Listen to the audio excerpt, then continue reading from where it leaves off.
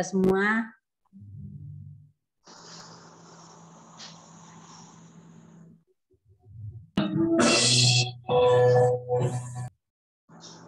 Untuk itu, saudara-saudara kekasih dalam nama Tuhan kita Yesus Kristus, sekali lagi terima kasih banyak buat saudara-saudara yang telah bergabung di Hikmateson ini.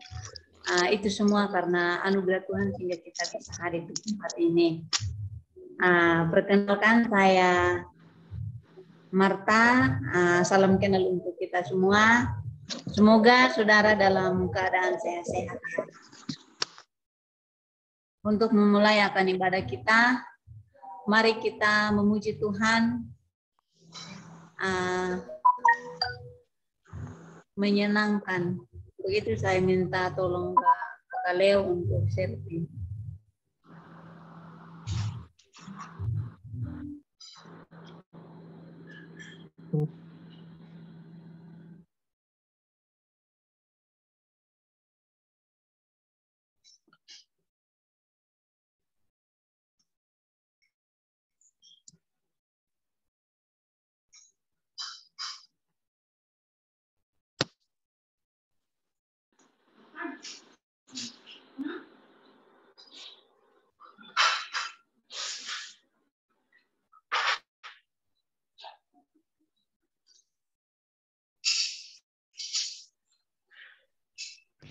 Suaranya kedengar ya teman-teman atau bagaimana?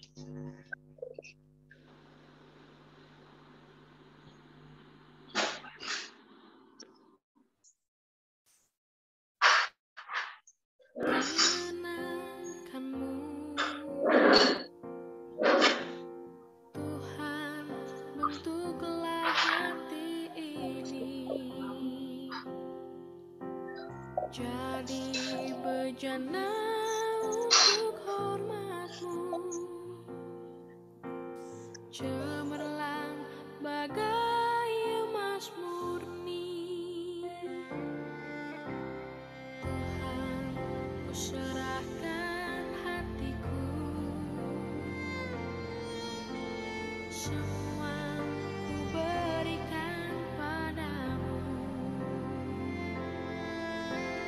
Kuduskan hingga tulus selalu, agar aku menyenangkan-Mu,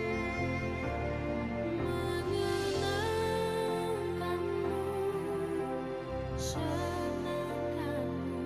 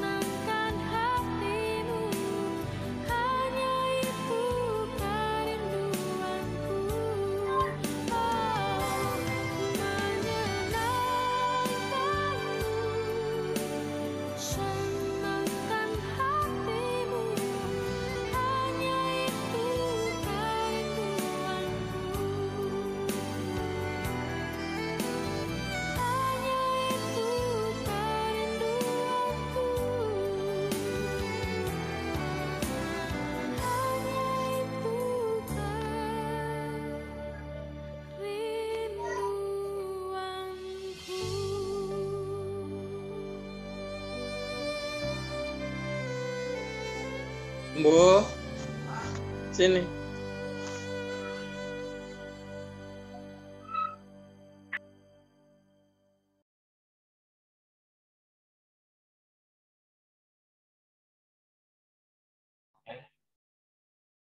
Ya, silakan kepada Mbak Marta.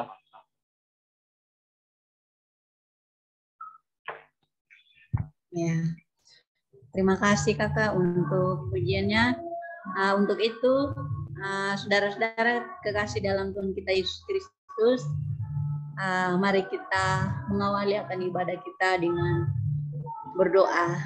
Untuk itu, mari kita satu dalam doa. Kita berdoa. Selamat malam Bapa, malam Yesus, malam Roh Kudus. Pada saat ini kami anak-anak-Mu datang di hadapan-Mu untuk memuji dan mempermuliakan nama-Mu. Bapa Surgawi, walaupun ibadah kami lewat virtual, tetapi kami yakin dan percaya Allah ada, Allah merangkul kami bersama-sama. Itu semua karena cinta dan kasih yang luar biasa dalam pribadi kami lepas pribadi. Bapa Surgawi, pada saat ini kami anak-anak-Mu, berkati kami dan ampuni juga segala salah dan dosa kami Tuhan. Berkati ibadah kami sepanjang malam hari ini. Ampuni segala salah dan dosa kami Bapa. Tutup bungkuskan kami dalam Allah Bapa, Allah Anak, Allah Roh Kudus. Hanyalah Engkau ya Allah yang kami puji, yang kami sembah, yang kami muliakan, yang kami agungkan. Terima kasih Bapak Surgawi untuk waktu dan kesempatan pada malam hari ini. Kami mau bersorak, kami mau belajar akan tentang firman-Mu. Terima kasih Bapak Yesus. Haleluya. Amin. Saudara-saudara kekasih dalam Tuhan kita Yesus Kristus, sebelum kita mendengarkan firman Tuhan, untuk itu mari kita benar-benar kita persiapkan hati dan pikiran kita. Dan untuk itu mari kita memuji Tuhan. Kusiapkan hatiku, untuk itu saya minta tolong lagi kepada kalian untuk share.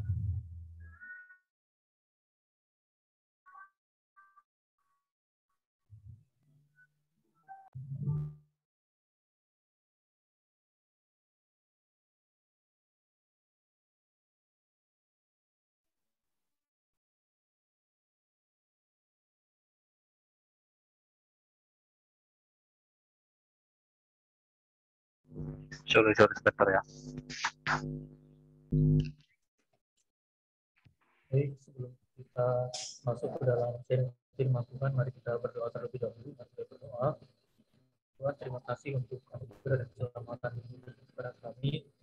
Kami bersyukur masih bisa berkumpul meskipun lewat Zoom, meskipun online. Tuhan, kami mohon kiranya Roh Kudus buatlah kami mengerti apa yang akan kami pelajari melalui kebenaran firman-Mu, mengarungi pikiran kami sehingga kami benar-benar fokus, dan biarlah kami semakin mengenal Engkau lewat akan kebenaran firman-Mu ini. Sertai ibadah kami ini dari ingatan pada segala dan segala kemuliaan bagi nama-Mu. Kami sudah mengucap syukur, haleluya, amin. Baik, shalom teman-teman, selamat malam. Sebelum saya sharing kebenaran firman Tuhan, saya ingin memperkenalkan diri saya terlebih dahulu. Nama saya Sameha Banedi, seperti yang tertera.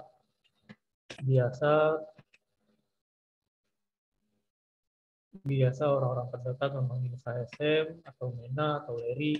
Ya terserah ya yang mana enaknya. Nah, pertama saya mengucapkan terima kasih buat Bro Leo, editor, dan semua pengurus. Dari dari teologi Sumba ya, karena saya masih ingat waktu acara Natal saya diundang juga untuk acara ini di Jalan Lilin ya. Saya berasa sangat-sangat bersyukur seolah-olah jadi orang penting ya di dalam situ.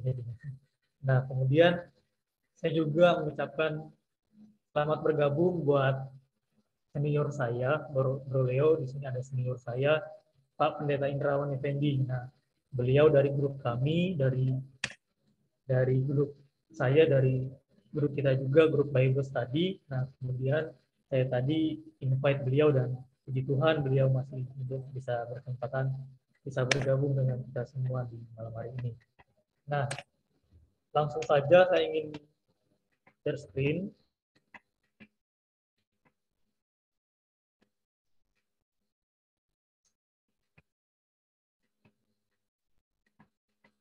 Sudah bisa kelihatan ya teman-teman? Sudah, Bro. Oke. Sudah. Oke. Nah, pada malam hari ini teman-teman saya ingin sharing mengenai rethinking happiness. Nah, apa sih itu kebahagiaan? Apakah kebahagiaan itu sifatnya plural atau seperti dalam bahasa itu jamak? Artinya kebahagiaan itu ya semua hal bisa membahagiakan, atau kebahagiaan itu hanya dari satu sumber. Nah, perlu kita perbaiki dahulu tentu konsep kita akan kebahagiaan. Kalau ada satu kebenaran, maka ada satu sumber. Kalau semuanya benar, maka tidak ada yang namanya benar-benar kebenaran ya teman-teman. Jadi oleh karena itu perlu bagi kita untuk menyelaraskan bersama-sama akan konsep kita terlebih dahulu. Apa itu kebahagiaan?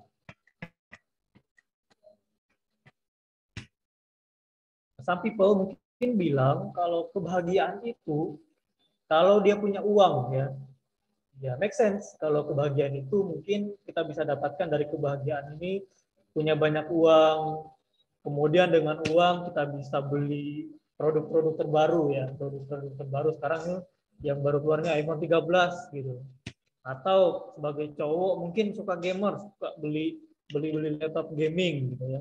Dengan uang kita bisa beli semua ya, mobil dan lain sebagainya kita bisa beli. Nah ini sebagai cowok. Nah, saya nggak tahu ya teman-teman cewek mungkin kalau punya uang diapakan ya, mungkin buat ke salon mungkin, liburan atau lain sebagainya ya. Ya intinya dengan punya uang happy ya, bisa senang ya. Atau mungkin sebagian dari kita mengatakan bahwa kalau kebahagiaan itu liburan. Ya kita sekarang masih di era-era pandemi ya. Semoga di awal tahun ini atau bahkan nanti di bulan-bulan selanjutnya sudah bukan pandemi lagi, jadi endemi ya. Akhirnya bisa liburan kemana saja, bisa liburan kemana aja. Dan mungkin kita bilang itulah kebahagiaan. Karena dari tahun 2020 kemarin kita udah nggak bisa apa-apa ya, benar-benar lockdown ya. Bahkan Telkomsel bilang di barnya itu di rumah saja ya, nggak bisa liburan. Atau mungkin kebahagiaan itu bisa didapatkan ketika kita ikut konser ya. Ikut konser mungkin kalau kita di teologi ini Hillsong, Planet Shakers atau GPCC, itu kita bisa ikut semua ya, kita bisa ikut semua konser gitu. Dan kita mengatakan iris happiness gitu. Inilah kebahagiaan gitu. Tetapi apakah benar-benar itu kebahagiaan? Ya secara sense mungkin kebahagiaan. Atau mungkin ya kita di sini banyak anak muda kali ya. Kita pernah merumuskan atau mendeskripsikan, kita pasti pernah ditanya ya, bro atau sis gitu ya, tipemu yang kayak gimana nih? Terus kita mulai deskripsikan, aku bakalan bahagia kalau ketemu orang kayak gini. Kita deskripsikan. Gitu. Kita mulai mendeskripsikan kebahagiaan itu kalau bertemu dengan pribadi yang sesuai dengan deskripsi kita atau pasangan hidup kita. Lalu kita mengatakan inilah kebahagiaan. Tetapi apakah benar itu adalah kebahagiaan yang benar-benar kebahagiaan? Ya, sekali lagi saya ulang, apakah itu benar-benar kebahagiaan yang benar-benar kebahagiaan? Ya. Nah kalau kita merumuskan atau kita punya asumsi bahwa itu semua kebahagiaan, well benar, tetapi masuk kebahagiaan yang mana dulu? Ya, kita udah masuk ke hedonisme sensual, teman-teman. Tentu teman-teman di dalam teologi sudah sangat tidak asing dengan kata hedonisme, dan dengan kata hedonisme sensual sangat tidak asing ya. Paham ini menekankan bahwa kebahagiaan terutama adalah masalah sense, masalah indera ya. Kita melihat, kita senang, bahagia. Apa yang kita rasa, kita senang, bahagia. Misalnya makanan, seksualitas, apa yang kita lihat, apa yang kita sentuh. Di dalam konsep hedonisme sensual, kebahagiaan adalah masalah kondisi psikologis ya. Kebahagiaan adalah ketika kita merasa nyaman, enak, senang, dan nikmat. Jadi di luar ini, maka itu semua tidak kebahagiaan. Well, apakah benar? Nah, mari kita coba renungkan waktu kita baca firman Tuhan ya. Kita mungkin senang waktu membaca Tuhan akan memberkati engkau, melindungi engkau, dan menyertai engkau. Senang kita dapat berkat. Tapi bagaimana ketika kita membaca firman Tuhan, kalau kamu mau jadi muridku, kamu harus pikul salib. Nah, apakah itu firman yang menyenangkan buat kita? Nah, tentu perlu kita renungkan ya teman-teman. Kebahagiaan itu bukan hanya masalah sense ya. Kalau hanya sekedar masalah sense, maka kita akan reject, kita akan tolak firman Tuhan yang menurut kita, wah ini berat nih kayaknya nih, berat nih ikut Yesus nih berat nih, gitu ya. Itu enggak kebahagiaan ikut Yesus gitu. Yesus bilang serigala dan lain sebagainya punya tempat tidur, sedangkan anak manusia enggak gitu ya. Kalau kita ikut Yesus, kita bakalan menderita gitu ya, kita akan diolok gitu. Itu semua enggak kebahagiaan ya.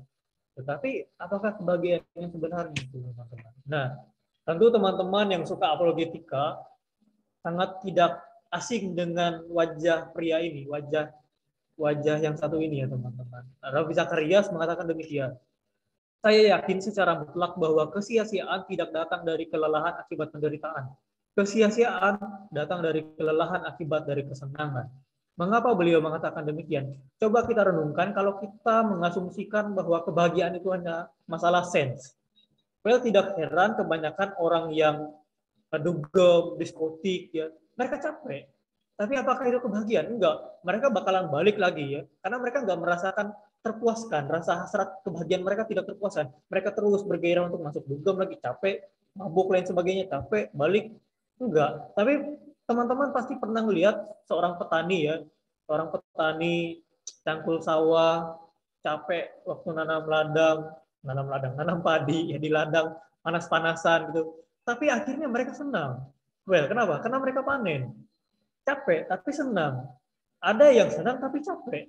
Maksudnya apa? Ngedugem tadi senang awal, tapi pulang mabuk-mabukan, dimarahin orang tua, capek, kondisi psikologis mereka capek, senang tapi akhirnya capek. Nah, petani capek tapi akhirnya senang. Lalu apa itu kebahagiaan, teman-teman? Nah, tentu teman-teman juga tidak asing dengan kata Martin Lloyd Jones, ya, seorang dari kubu Calvinis yang benar-benar radikal. Dia mengatakan demikian. Well, kita fokus hanya kepada superficial ini. Seek for the happiness and you will never find it. Seek for the righteousness and you will discover you are happy. Kalau kita mencari kebahagiaan, kita akan nggak pernah menemukan kebahagiaan. Tapi kalau kita mencari kebenaran, kita akan menemukan diri kita bahagia. Well, mari kita renungkan teman-teman. Sebelum saya masuk, apakah salah sebenarnya ketika kita mengejar apa yang kita asumsikan kebahagiaan, sense tadi? Mengejar HP mungkin, kita bilang, oh aku bakalan nyaman nih kalau punya HP ini, punya pasangan gitu ya. Apakah aku benar-benar bisa senang kalau punya pasangan seperti ini ya? Baik, mari kita renungkan terlebih dahulu. Kita luruskan dulu persepsi kita tentang apa itu kebahagiaan. Well, kalau dalam filsafat, ada yang namanya eudaimonisme etis. Nah, teman-teman tentu bisa membacanya di dalam ketiga seri buku filsafat ini. Mereka ada di dalam zamannya mereka ini, zamannya terutama di dalam zamannya Plato dan Aristoteles ya. Eudaimonisme etis mengatakan seperti ini, bahwa yang ditekankan adalah bahwa manusia menjadi bahagia ketika menjadi manusia yang etis, yang baik, yang bermoral, yang berkarakter, dan yang bijak. Bahwa kebahagiaan itu terutama bukan masalah perasaan, bukan masalah sense. Jadi bertentangan balik nih sama yang tadi, sama yang hedonisme sensual. Mereka mengatakan bahwa kebahagiaan itu bukan masalah sense, bukan masalah kondisi psikologis, tapi masalah etis, masalah moral. Well, apakah benar ya? Apakah benar orang bahagia itu kalau orang yang bijak, orang yang bermoral, kita sopan sama orang tua, lain-lain sebagainya? Well, benar, cuman mari kita renungkan bahwa kita sebagai manusia sudah jatuh ke dalam dosa. Yang artinya demikian, teman-teman, yang artinya seperti ini, bahwa ketika kita berusaha mengejar moral, moral kita bukanlah moral sama seperti moral absolutnya Tuhan ya. Kita ingat ya bahwa kita tidak pernah sampai ke tahap moral yang seperti itu. Contoh lah, ambil pengandaian seperti ini. Saya atau mungkin dari teman-teman di sini ketika ngebut di jalan terus nabrak seorang ibu, kemudian ibu itu meninggal. Nah, kita lakukan pengandaian seperti ini. Kita menabrak orang, seorang ibu, ibu itu meninggal, pertama apa sih yang kita rasakan teman-teman? Takut ya pasti ya. Kita takut, sedih dan lain sebagainya. Pasti pertama takut. Nah, pertanyaannya adalah rasa takut kita itu, kita takut karena ibu itu meninggal atau kita takut karena kita dipenjara? Sekali lagi, kita takut karena ibu itu meninggal, kemudian kita mikir, wah nih gimana dia ngasih makan anak-anaknya, gimana dia berjuang untuk suaminya, gimana suaminya tahu kalau istrinya meninggal. Kita takut yang seperti itu kah? Atau kita takut, wah nih saya pasti masuk penjara nih kalau nabrak orang nih. Nah, pertanyaannya kita takut yang mana nih? Kita secara manusia, naluri kita secara orang berdosa ya, kita udah masuk ke dalam ranah antroposentris ya. Kejatuhan manusia itu udah masuk antroposentris. Jadi artinya kita benar-benar fokus kepada diri kita sendiri. Meskipun kita nabrak orang dan meninggal, kita bukan takut karena ibu itu tadi tidak bisa membiayai anak-anaknya, tapi kita takut di penjara. Nah, pertanyaannya adalah apakah itu bermoral? Enggak, itu tidak bermoral. Yang artinya meskipun kita melakukan tindakan moral, seringkali kita gagal. Seringkali kita masuk ke dalam moral yang benar-benar relatif. Artinya hanya untuk saya bermoral. Well, kita pasti pernah berbuat baik ya kalau kita menganggap orang itu baik. Atau kita berbuat baik, ya saya berharap kamu juga baik sama saya, gitu ya. Jadi, apa itu kebahagiaan? Pertama tadi hedonisme sensual, ya. Yang kedua eudaimonisme etis. Bahwa kebahagiaan itu bukan yang seperti itu, ya. Bukan yang seperti itu, yang kebahagiaan yang benar-benar kebahagiaan, teman-teman. Well, kalau kita sudah sampai kesimpulan seperti itu, ya, lalu kita mulai bertanya, ya, apakah boleh mengejar kebahagiaan? Apakah boleh mengejar kebahagiaan, teman-teman? Nah, saya bisa sarankan kedua buku ini, mungkin teman-teman mungkin ada yang pernah membaca atau yang mungkin belum pernah membaca, saya sangat sarankan dari John Ortberg dan John Piper. Mungkin teman-teman sudah sangat familiar dengan dua orang ini.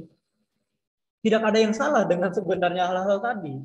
Masalah iPhone 13 kayak masalah Asus ROG apa kayak, masalah mobil lampu apa kayak, pasangan kayak, nggak ada yang masalah dengan itu. Karena pada dasarnya alat-alat teknologi itu untuk membantu kita, ya benar ya teman-teman ya. Semua alat-alat teknologi ini membantu kita. Pada zaman dahulu nggak ada nih yang bisa kayak kita ini tetap muka kayak gini ya.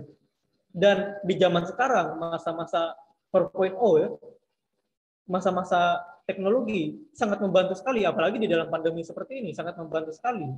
Yang salah adalah ketika kita menganggap bahwa aku nggak bakalan bahagia kalau aku nggak dapat iPhone. Aku nggak bakalan bahagia kalau aku nggak dapat ini. Dan salah juga ketika kita menganggap bahwa harus mendapatkan yang baru. Ya, kalau kita ingat ya, teknologi itu kan terus upgrade ya teman-teman ya. Dari iPhone 13 ya nanti pasti ada iPhone 14. Dari Asus ROG versi ini ya pasti upgrade lagi ke Asus ROG seperti ini. Mobil lampu pasti upgrade lagi seperti ini. Mereka terus upgrade. Nah, pertanyaannya adalah apakah hanya karena kita tidak mendapatkan itu upgradean yang baru ya, kita tidak mendapatkan upgradean yang baru, terus kita nggak senang? Apakah seperti itu? Well, kalau kita sudah mulai menitik beratkan kebahagiaan kita, oh kalau aku mau, aku harus dapat. Oh, iPhone 14 keluar langsung beli, Asus ROG yang baru langsung beli. Kita sudah masuk ke hedonisme ya seperti itu. Atau bahkan kita sudah punya dewa-dewa ya. Artinya dewa-dewa di zaman sekarang ini kita benar-benar menitik beratkan kebahagiaan kita itu ya pada materi, bukan pada Tuhan lagi. Nah, itu salah. Nah, kemudian sama pasangan ya. Kita harus ingat ya, pasangan itu bukan sumber kebahagiaan. Pasangan itu penolong yang sepadan. Yang artinya dia juga sama-sama artinya mencari kebahagiaan itu. Salah kategori kalau kita menganggap bahwa oh ini kalau ketemu pasangan ini bahagia nih. Salah. Karena suatu saat nanti dia pasti bikin kita kesel gitu loh. Ada hal-hal tertentu yang mungkin dia ini ngeselin kita. Saya pernah bilang sama teman saya sharing ya. Saya bilang kamu nanti kalau ketemu saya bilang seperti ini realistik ya. Akan ada cowok yang lebih dari saya bilang seperti ini. Well, saya sama pasangan saya ini sama-sama suka filsafat gitu. kita ketemu juga karena filsafat. Saya bilang ke dia, someday kamu di tempat lain pasti ketemu orang yang lebih tahu tentang filsafat. Nah, pertanyaannya adalah, apakah kamu mau mutusin saya hanya karena kamu ketemu orang yang mungkin menurut, oh si Sam ini kurang filsafatnya nih, si Sam ini kurang nih. Akhirnya kamu sama orang itu. Terus seperti itu. Ya salah ya. Salah. Tentu salah ya teman-teman ya. Kita nggak bisa menganggap bahwa pasangan kita itu bisa membahagiakan kita terus. Enggak ya. Ada kalanya di mana pasangan kita atau pacar kita, ya kita anak muda di sini, menjengkelkan buat kita, atau kok bisa aku ketemu sama orang seperti ini gitu loh. Akan ada masanya kita akan mengatakan aku bosan sama kamu gitu loh. Karena pada dasarnya dia juga bukan sumber kebahagiaan dan dia juga bukan sempurna. Jadi salah kalau kita menitik beratkan kebahagiaan kita pada materi dan bahkan dengan pasangan kita ya. Salah. Lalu apa itu kebahagiaan sebenarnya? Nah, mari kita membaca dari kebenaran firman Tuhan yang ditulis oleh Daud, teman-teman. Daud mengatakan seperti ini. Berbahagialah orang yang diampuni pelanggarannya, yang dosanya ditutupi. Saya ulangi sekali lagi. Berbahagialah orang yang diampuni pelanggarannya, yang dosanya ditutupi. Nah, kenapa Daud bisa menulis Mazmur seperti ini? Tentu kita harus mengetahui terlebih dahulu latar belakang mengapa Daud menulis Mazmur seperti ini. Pertama, teman-teman, tentu kita tahu Mazmur dari 32 itu dia berzina, ya. Kemudian dia mengingini kepentingan orang lain, kemudian dia merencanakan pembunuhan. Seharusnya berdasarkan hukum pada saat itu, Daud ini dihukum mati. Karena dia sudah berzina, dia raja ya, dia sudah berzina, dan berdasarkan hukum ke-10 ya, perintah Tuhan ya, nggak boleh mengingini kepentingan orang lain. Dan bahkan di dalam hukum sipil pada saat itu, kalau ketahuan merencanakan pembunuhan, dia nyawa ganti nyawa. Yang seharusnya Daud ini juga dibunuh karena dia sudah merencanakan pembunuhan. Seharusnya seperti itu. Seharusnya seperti itu. Nah, itu latar belakang ya teman-teman.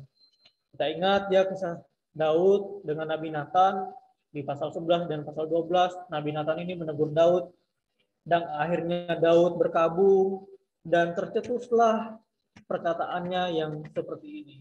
Berbahagialah orang yang diampuni pelanggarannya, yang dosanya ditutupi. Well, apakah nyambung dengan tema kita pada malam hari ini, rethinking happiness, atau apa sih kebahagiaan yang sebenarnya? Saya ambil pengandaian seperti ini. Saya ngebut di jalan lagi nih, kemudian nabrak seorang anak kecil, dan anak kecil tuh meninggal lagi. Ini alegorinya cukup ekstrim ya teman-teman. Udah meninggal lagi. Meninggal, kemudian tentu berdasarkan hukum, saya ini harus dibawa ke pengadilan. Benar ya teman-teman. Saya harus dibawa ke pengadilan. Kemudian di pengadilan itu, sebelum hakim ketok palu, yang seharusnya saya ini dihukum, entah berapa tahun. Kemudian si ibu bilang, stop, nggak usah diketuk palu. Kemudian ibu bilang, it's okay. Saya yang tanggung semua kesalahannya terdakwa Sam. Ya, saya ulangi. Ibu ini mengatakan, it's okay. Saya yang tanggung semua pelanggarannya terdakwa Sam. Motornya yang rusak saya perbaiki. Anak yang saya kasihi meninggal oleh Sam, it's okay, tidak apa-apa. Karena mungkin pada saat itu Sam sedang tidak fokus, dia mengatakan seperti itu. Dan biaya ganti rugi yang lainnya, saya yang tutupi. Nah, pertanyaannya teman-teman, ketika kita mendapati bahwa diri kita ini benar-benar bersalah, lalu ada orang yang seperti itu, pertanyaannya adalah apakah kita tidak bahagia, teman-teman? Ketika kita tahu bahwa kita ini di dalam pelanggaran, ketika kita tahu seharusnya kita ini dihukum, tetapi semua pelanggaran dan hukuman itu tidak dijatuhkan kepada kita, dan malah di-cover oleh orang lain. Bukankah itu suatu hal yang membahagiakan, atau bahkan lebih lagi bersyukur dengan keadaan yang seperti itu ya teman-teman? Nah, perkataan Daud ini benar-benar mengingatkan kita bahwa di mana kondisi Yesus yang adalah orang yang tidak bersalah, yang adalah Allah itu sendiri mati buat saya dan saudara. Saya dan saudara adalah pribadi yang berdosa. Saya dan saudara sudah penuh dengan dosa. Ya, kita tahu konsep kejatuhan manusia. Kalau kita pakai konsep teologi reform, ya, total depravity, ya benar-benar sudah rusak gambar kita ini. Bukan secara absolut, tetapi secara cakupannya. Kita sudah benar-benar berdosa. Dan bahkan secara kognitif kita sudah berdosa. Kita sudah memikirkan bagaimana caranya kita untuk hidup. Untuk diri kita sendiri, bukan untuk Yesus kita hidup. Dan bahkan ketika kita menjalani kehidupan kita sehari-hari, kita hanya memikirkan bagaimana kita besok hidup untuk diri kita. Bukan kita memikirkan bagaimana kita besok hidup untuk Tuhan, untuk kerajaan Allah. Well, Yesus datang ke dunia untuk itu semua, teman-teman. Untuk mengcover semua dosa dan pelanggaran kita. Nah, mari kita renungkan. Bukankah suatu hal yang membahagiakan sekali lagi ketika mendapati bahwa saya dan saudara benar-benar bersalah, tetapi semua pelanggaran saya dan saudara itu ditanggung. Bukankah itu hal yang membahagiakan, teman-teman? Kita salah secara besar, tetapi kita ditebus. Ya, Yohanes 3 ayat 16, tentu anak-anak teologi sudah sangat paham ya. Kasih Allah begitu besar kepada kita supaya kita tidak mati binasa ya. Melainkan beroleh hidup yang kekal ya, teman-teman. Allah sendiri yang tidak bersalah dibuat bersalah. Ketika kita melihat ya Via Dolorosa, mungkin kita yang melihat video itu biasa-biasa saja ya. Tetapi ketika kita merenungkan kesalahan kita, kehancuran kita, semua pelanggaran kita lah yang ditanggungnya. Semua dosa-dosa kita lah yang ditanggungnya. Kita tidak berbuat apa-apa ya. Yesus terlebih dahulu lah yang mengasihi kita dan memberi kita nyawanya. Membasuh kita dengan bilur-bilurnya dan bahkan menebus kita dari hukuman dosa. Saya dan saudara terlepas dari hukuman maut, ya teman-teman. Terlepas dari hukuman maut. Oleh sebab itu, C.S. Lewis mengatakan seperti ini di dalam bukunya Christianity, mungkin kesenangan-kesenangan duniawi tidak pernah diciptakan untuk memuaskan, melainkan hanya untuk membangkitkan, untuk menggambarkan hal yang sebenarnya. Hal yang sebenarnya itu apa sih? Kalau kita mendapati diri kita tidak pernah bahagia dengan materi-materi itu, berarti ada hal yang lain seharusnya yang membahagiakan kita. Di dalam bukunya yang sama, C.S. Lewis mengatakan, kalau saya tidak pernah mendapati kebahagiaan saya di dunia ini, berarti kebahagiaan saya di tempat lain. Nah, teman-teman, tentu mungkin teman-teman pernah membaca buku The End of Me, Not Advent, atau God of War gitu ya, dari kayak Edelman. Mungkin teman-teman dari di sini pernah melihat orang ini atau bahkan sekarang sudah pernah membaca buku ini. Dia mengatakan seperti ini, kita diciptakan untuk Allah, dan sampai Allah menjadi kesenangan terbesar kita, semua kesenangan lain dalam hidup ini akan mengarah pada kekosongan. Kita meraih semua gelar popularitas dan lain sebagainya supaya kita merasa kita happy, kita punya ini, supaya kita happy. Tetap kita merasa kekosongan. Lalu apa kebahagiaan yang sebenarnya? Kebahagiaan sebenarnya itu tadi. Sudut pandang yang saya ingin sampaikan di sini adalah bahwa bukan sesuatu yang bahagia bahwa ketika kita didapati penuh pelanggaran, tapi kita di cover. Nah, mari kita merenungkan kembali, apakah kita mendapati diri kita sebagai orang yang berbahagia ketika diampuni pelanggarannya, atau ketika kita diampuni pelanggarannya sama seperti saya tadi, alegori saya tadi, ketika saya tidak dihukum penjara, kemudian saya lepas lagi, kemudian saya gunain motor lagi, kemudian saya melakukan pelanggaran yang lain lagi. Apakah karena kita sudah ditebus itu, kemudian kita melakukan pelanggaran lagi, atau karena kita sudah ditebus itu atau sudah di-cover itu, kita mensyukuri akan apa yang telah Allah perbuat di dalam hidup kita. Itu semua tergantung bagaimana cara kita memikirkan apa itu kebahagiaan. Itu semua tergantung bagaimana konsep kita mengenai kebahagiaan. Dan kiranya kita menemukan kebahagiaan diri kita hanya benar-benar di dalam Allah, karena Allah lah yang sumber kebahagiaan. Allah adalah sumber semuanya. Karena oleh sebab itu, hanya ada satu sumber kebenaran yaitu dan kebahagiaan, yaitu adalah Allah itu sendiri. Allah itu sendiri. Amin buat kebenaran firman Tuhan. Kiranya memberkati kita semua pada malam hari ini, dan God bless you. Dan saya serahkan kembali untuk Bro Leo. Tetapi sebelum itu mari kita berdoa terlebih dahulu untuk menutup kebenaran firman. Mari kita berdoa. Tuhan, Allah Roh Kudus, terima kasih sudah menyertai kami selama ibadah ini. Kiranya apa yang telah kami sama-sama renungkan pada malam hari ini menyadarkan kami bahwa kami tidak menemukan kebahagiaan yang di tempat lain, melainkan kami benar-benar menemukan kebahagiaan di dalam pribadi-Mu saja, ya Allah kami. Dan kiranya Allah Roh Kudus terus ingatkan kami sehingga kami tidak jatuh ke dalam penyembahan-penyembahan berhala yang menganggap bahwa materi-materi adalah kebahagiaan kami, yang biarlah kami benar-benar menemukan kebahagiaan kami di dalam Engkau saja. Terpujilah Engkau ya Tuhan, segala kemuliaan bagi nama-Mu. Kami sudah berdoa dan mengucap syukur. Haleluya. Amin. Oke. Terima kasih banyak Bro Samena. Tuhan memberkati buat firman Tuhannya. Ya, semoga kita semua diberkati ya lewat kebenaran firman Tuhan. Nah, kita memperoleh satu kebahagiaan. Bukan hanya kepada diri kita sendiri, bukan kepada siapa yang berbicara, siapa yang pembicaranya kita bahagia, no, tidak. Tapi bagaimana respon saudara dan saya terhadap Tuhan, kebahagiaan itu kita yang menentukan. Ya, kenapa saya mengatakan seperti itu?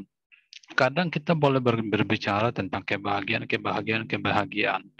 tetapi dalam diri sendiri masih ada namanya iri hati, masih ada namanya kekecewaan, masih ada yang namanya cemburu.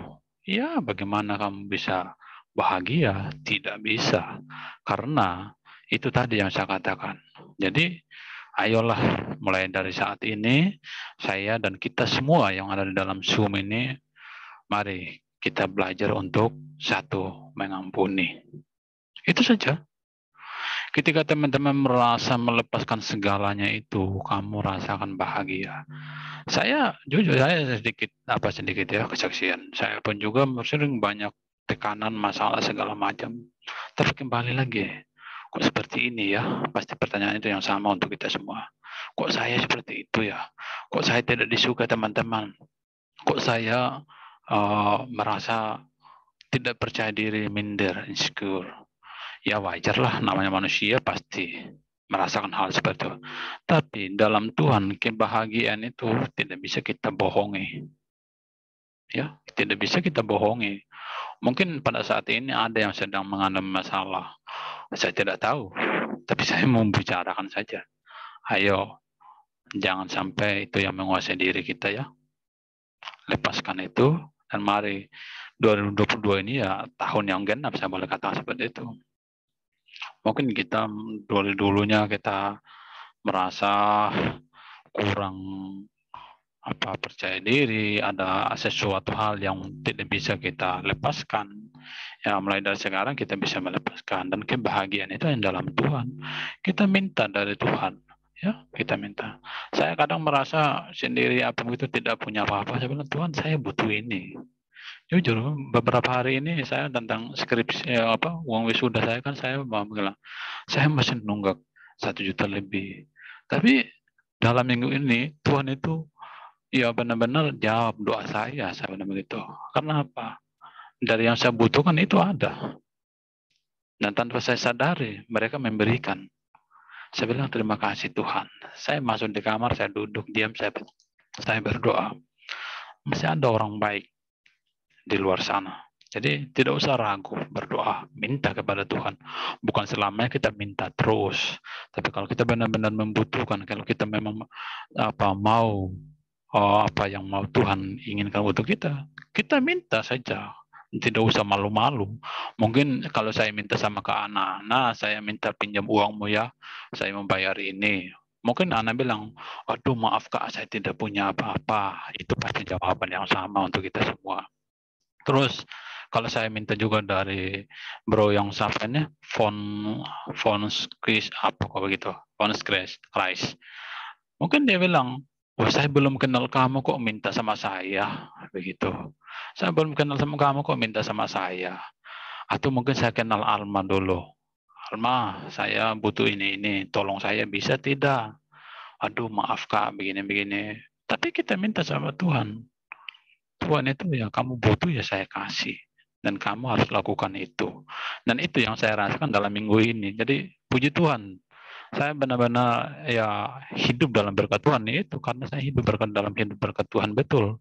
Karena saya dari waktu kecil. SD, SMP, SMA. Jujur. Orang tua saya kalau saya paksa mereka minta ini. Ya kan saya tahu sendiri mereka dari kampung.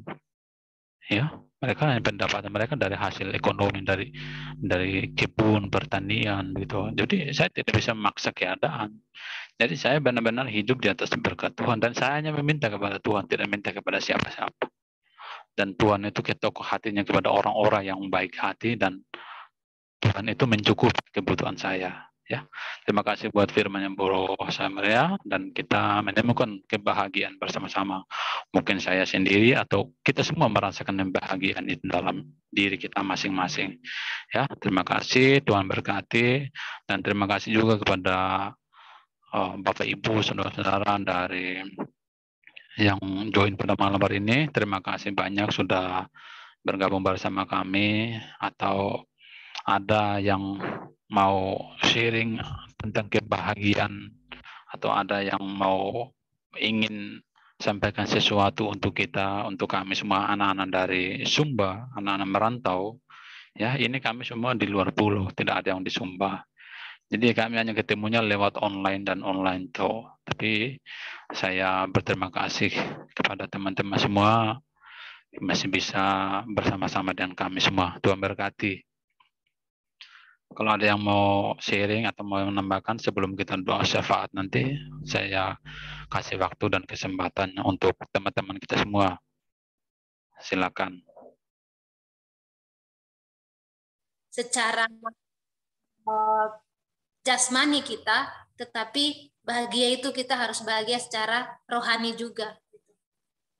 Saya selalu bersyukur, saya selalu tanamkan dalam diri saya bahwa apapun yang saya lakukan, apapun yang saya kerjakan, kalau saya bahagia, kalau saya menyukainya, kalau saya ada damai sejahtera, saya percaya orang lain juga akan menikmati hal itu. Ya. Makanya saya selalu katakan kalau saya memberkati orang lain, ataupun apapun yang saya kerjakan dan orang lain itu merasa tersenyum, merasa bahagia, saya percaya bahwa itu bukan karena saya, tapi Tuhan ingin kita itu benar-benar jadi berkat bagi orang lain. Supaya kebahagiaan yang kita rasakan bukan untuk diri kita sendiri, tetapi untuk orang lain juga. Gitu. Dan ya saya bersyukur ya teman-teman, bahwa saya percaya kita semua saat ini merasa bahagia. Mungkin dalam masalah apapun yang kita alami saat ini. Ya teman-teman, Tuhan tetap ingin kita harus bahagia. Kita tetap harus bahagia. Ya. Saya sharing sedikit teman-teman, kemarin di rumah adik sepupu saya, ya, karena mereka kebanjiran ya saudara, di kampung mereka kebanjiran, semua barang-barang habis, dan tadi sebelum ibadah tadi sekitar jam 6:30, jam 7-an gitu, sebelum saya mandi, adik nomor 2 saya telepon pas saya lagi ibadah, saya bilangin selesai ibadah dulu saya telepon. Jadi selesai ibadah saya telepon, dia bilang sini, dia minta pakaian saya gitu, minta pakaian saya untuk mau, karena sebelum saya pulang saya sudah barang-barang di asrama saya sudah ekspedisi pulang gitu, dan saya janji nggak boleh buka barang-barang saya gitu, nggak boleh buka barang-barang saya sampai saya yang bisa buka sendiri gitu. Akhirnya adik saya telepon, dia mau minta izin buka gardus-gardus saya, mau ambil pakaian gitu, kirim dibawakan besok sama ayah saya untuk bawa ke kampung untuk kasih mereka. Saya bilang saya nggak mau gitu, bukan berarti saya nggak sayang sama mereka gitu. Tapi memang itu barang-barang saya yang saya sudah janji saya yang nanti akan buka gitu. Dan saya bilang pakaian-pakaian saya yang di kampung, yang di kota biar bawa aja, yang di Kupang yang sudah sampai di kampung tuh bawa aja kasih mereka semua. Tapi yang dari Jawa jangan dibuka dulu gitu, jangan dibuka dulu, nanti biar saya yang buka gitu. Dan puji Tuhan setelah itu selesai, saya langsung kontak lagi sama adik saya bagaimana mereka keadaan di sana, mereka lagi di rumah penginapan atau apa gitu. Dan puji Tuhan ya, saya tadi hubungi, mereka bilang mereka nggak nginap di rumah penginapan yang disediakan, tapi mereka lagi nginap di rumah keluarga besarnya om saya gitu. Dan saya bersyukur, saya tanya lagi gimana kalian makan minumnya, kesehariannya.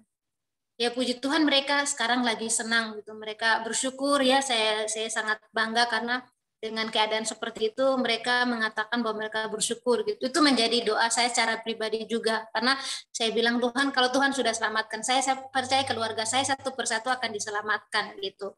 Dan puji Tuhan itu saya mengalami hari demi hari, bulan demi bulan, tahun demi bulan tahun demi tahun Tuhan memproses saya dengan luar biasanya, dan saya percaya dengan Tuhan memproses saya sudah berjanji bahwa saya akan setia untuk melakukan apa yang Tuhan ingin lakukan dalam hidup saya gitu. Tetapi saya juga terus berdoa sama Tuhan, kalau benar-benar ini semua daripada jalan Tuhan ya, saya mau keluarga saya juga satu persatu tuh mengenal Tuhan seperti yang saya percaya saat ini gitu. Dan puji Tuhan ya, dengan kondisi seperti ini mereka masih bersyukur, mereka masih bisa ketawa, itu kayak secara pribadi saya bilang Tuhan terima kasih.